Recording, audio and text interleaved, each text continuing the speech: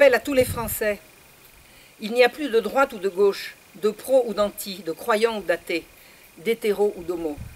Il faut l'union sacrée.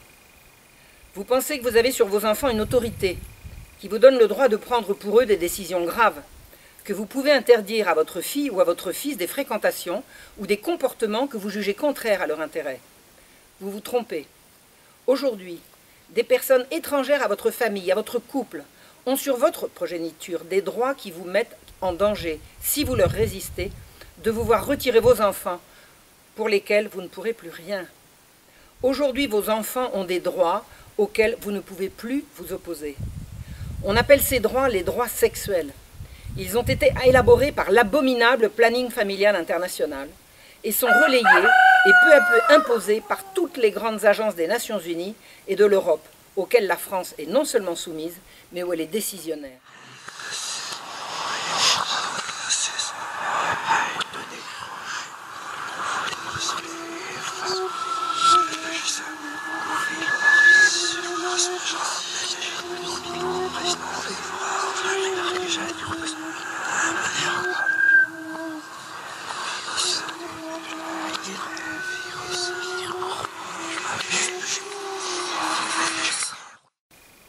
Les droits sexuels, accolés aux droits de l'homme, sont garantis à tous, enfants compris, et ce, depuis la naissance. Et ils impliquent notamment l'imposition, dès la maternelle, de cours obligatoires d'éducation à la sexualité.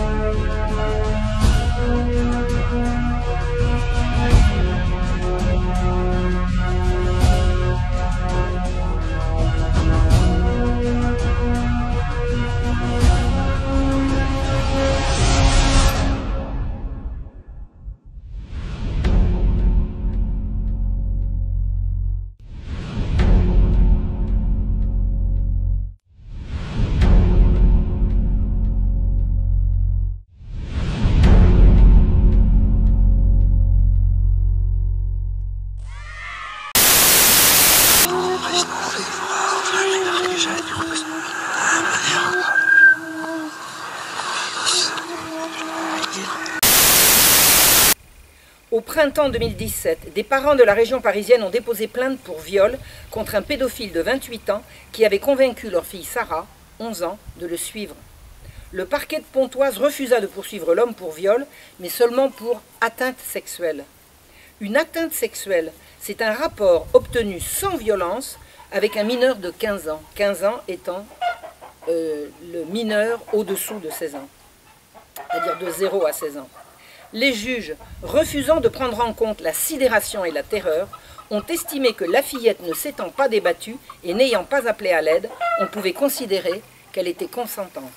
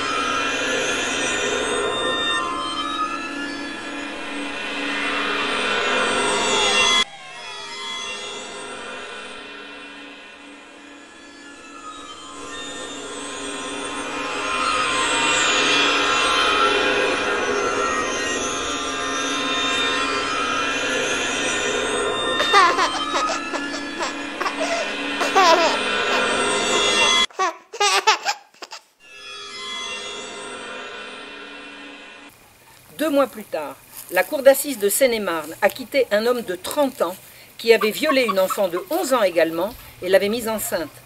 Comme il n'avait pas été prouvé qu'il y avait eu contrainte, il est ressorti libre. Devant l'indignation des parties civiles, l'avocat de la défense eut beau jeu de répliquer qu'il avait plaidé le droit, rien que le droit, et il avait raison. Il fallait donc changer la loi. Il était simple de protéger les enfants en déclarant clairement qu'au-dessous d'un certain âge, toute relation sexuelle avec un mineur était un crime, quelles qu'en soient les circonstances. Cela consistait à fixer un seuil de consentement en deçà duquel il n'y a plus matière à discussion. Sur la pression des associations, le gouvernement s'engagea à légiférer sur le seuil de consentement, la disposition devant faire partie d'un article à part de la, je cite, « loi renforçant la lutte contre les violences sexuelles et sexistes », fin de citation, portée par Marlène Schiappa, qui la présenta au Parlement au plus fort de l'affaire Benalla. Or, la tant attendue limite d'âge du consentement, on hésitait entre 15 ans et 13 ans, avait disparu.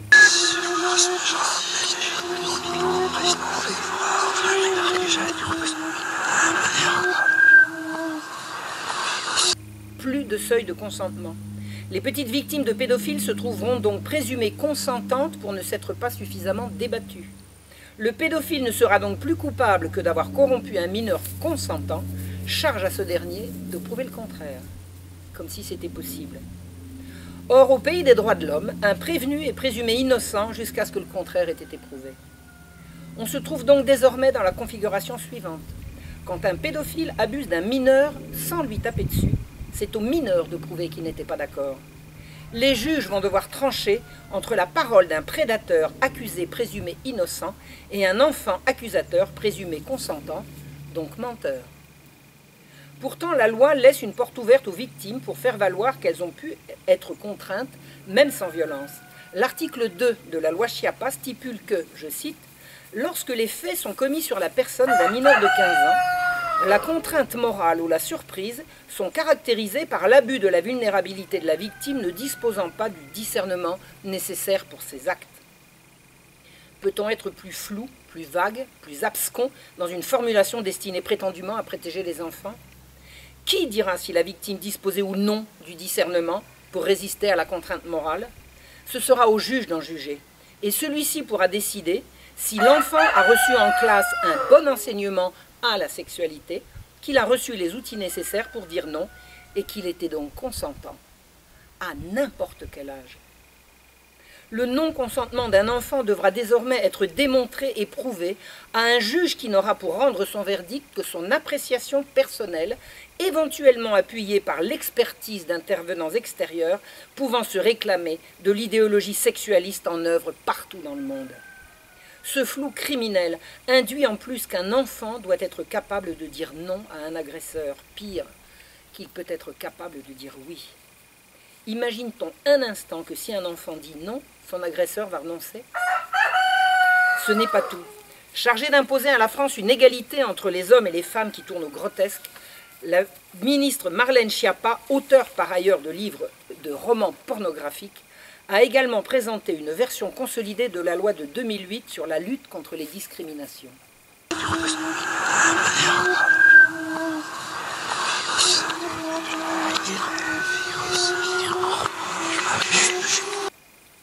Il sera désormais interdit de discriminer quelqu'un sur le fondement notamment de ses mœurs, de son orientation sexuelle, de son identité de genre et de son âge. Les mœurs sont les comportements considérés du point de vue de la morale.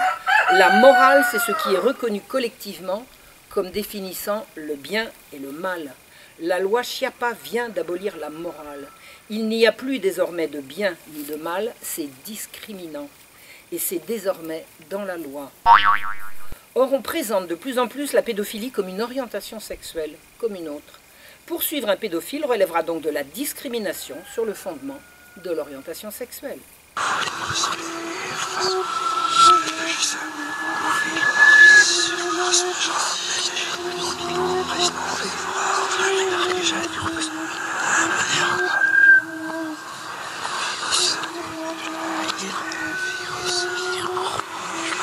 On ne pourra pas non plus interdire à son fils ou à sa fille mineure de coucher avec un prédateur qui l'aura séduit.